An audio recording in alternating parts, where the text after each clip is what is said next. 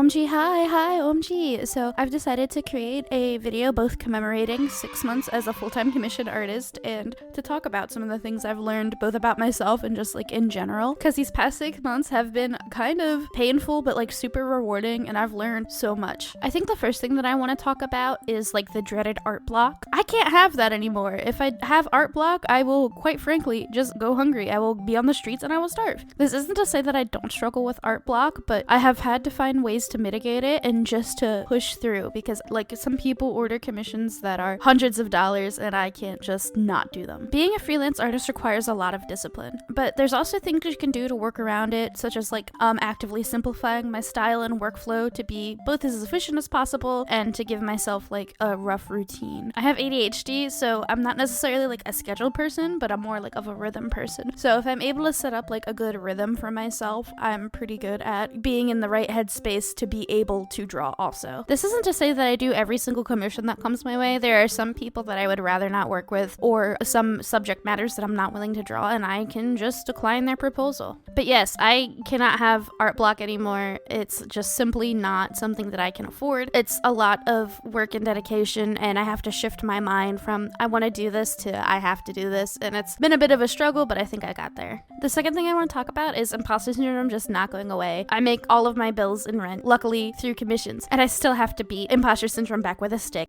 I think the biggest thing a lot of artists struggle with is thinking that they're not getting commissions because their art is bad, but like Butch Hartman can sell a sketch for like $200. Be f***ing for real. Butch Hartman, the only thing he has is like notoriety. So my suggestion is to be posting on social media constantly, be doing a lot of outreach. Something that's definitely helped me is establishing myself in a couple of different communities actually, and posting about commissions, my art, just talking to people, etc., etc. You gotta give people like a reason to want to commission you outside of your art looking good, because people will buy art that looks bad if they like the person attached to it. A majority of my commissioners have found me through Twitch or through X, which is the main places that I post.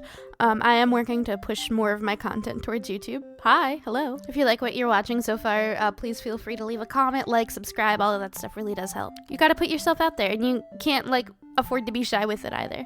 This brings me to our third point of, like, I know a lot of artists struggle with self-esteem issues. However, if you're doing those funny hee-hee-hoo-hoos of, haha, my art's so bad, I really have really bad art, nobody commissions me because my art is bad, why would anyone commission you? Why would somebody give you money if you can't stand behind your work?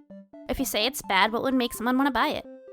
If you're having those thoughts and feelings, you can talk to your friends about it, but posting on social media, where you're supposed to have your main platform, is not a good idea. A good idea, however, is to say, fuck it, we ball, and put your art out there and see what happens. Because if you're holding yourself back, you have nobody else to blame. If you are making these comments and it's getting you commissions, awesome, but also, you're not going to get a stable audience and stable clientele base out of it. If you get like a pity commission, it'll be somebody who wants to cheer you up, but it's not really good for repeat customers. The fourth thing I learned is about pricing around commissions, which is really scary for a lot of people. A lot of people tend to undersell themselves because they're worried that if they price too high, nobody will want to buy them. But let me frame it like this. What quality do you expect from $100 headphones? I'm expecting something that's high quality, lasts a long time, and is worth me saving up my money. I'll cherish these headphones and keep them nice. But a $5 pair of headphones, I'm probably just gonna treat pretty poorly and just looking for a good deal. And probably even like a stepping stone into getting nicer ones for the time being. I can get more at any time. Why would I value and prize $5 headphones? The same can be said about commissions. If you're undercharging yourself, you're probably going to attract not more people, but specific type of people who aren't valuing you for what you're worth. And if somebody is valuing you, they should leave a tip. I'm just saying, if they genuinely believe that you're underselling yourself, they should be leaving tips. People are willing to pay for your product regardless of your skill and regardless of what you can and can't draw. Again, rounding it back, people are gonna pay Butch Hartman $200 for a sketch of a character he can't draw. Now, a lot of people who do quote-unquote price their art correctly typically go by hourly wage, by hours spent. A lot of people say you shouldn't go below whatever minimum wage is in your area for the hourly wage, but a lot of artists end up being underpriced for this reason, and they overwork themselves for less money than they deserve. But there are also artists who draw very slow, and while they do have really good art, it can seem unreasonable to a lot of people to spend $500 on a single art piece. This is why I love looking up market value. On VGen, you're able to look through similar services, find people of similar skill sets, and compare your prices. Personally, I try to keep market value in mind while also keeping the enjoyability of the commissions I have in mind. So, for example, if I have a commission that I like doing less, in my case that would be panels for Twitch, I price them higher so that people who order them end up still getting a good product, but it's more worth my time to be doing this thing that I don't like. And on the other hand, if I want more commissions of a certain type, such as my scub-like chibis, I lower the price. This way I can do more commissions that I like at a better price for the client, therefore I get more of them. Another thing to consider would be if you are getting a consistent clientele base, if you get consistently around the same amount of clients a month, try bumping your prices up a little bit. If you sell two $50 commissions versus 10 $10 commissions, you're making the same amount of money, but now you're working less for that money and you're able to spend more time advertising yourself and getting more commissioners who are willing to pay that price. The fifth thing that I learned is about setting boundaries. It's so important to set your boundaries like right up front as a commission artist. A lot of different artists have a lot of different boundaries, such as like when to contact them, how often to contact them, etc., etc.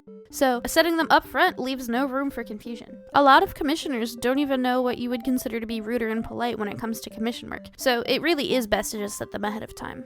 One of my boundaries is that I start communicating when the progress starts. Ergo, if I don't update them for some time, I've yet to start their commission. I try to mitigate this by giving everyone a link to their Trello card and letting them know up front that, hey, if I'm talking to you actively about it, I'm working on it. I also have something in my TOS that is just a bunch of different refund policies saying that I will cancel a commission and not refund if they happen to disrespect me and or my boundaries. I haven't had an issue yet, even though I've had over 30 commissioners at this point. Thank you so much, kisses, kisses. But it's important to have just in case it does happen. And it sets clear expectations from the client, and if somebody doesn't agree to the expectations that I have set out, they won't commission me, so win-win. I think the final thing that I want to talk about, my sixth thing that I've learned in these 6 months, is that I've learned so much about myself.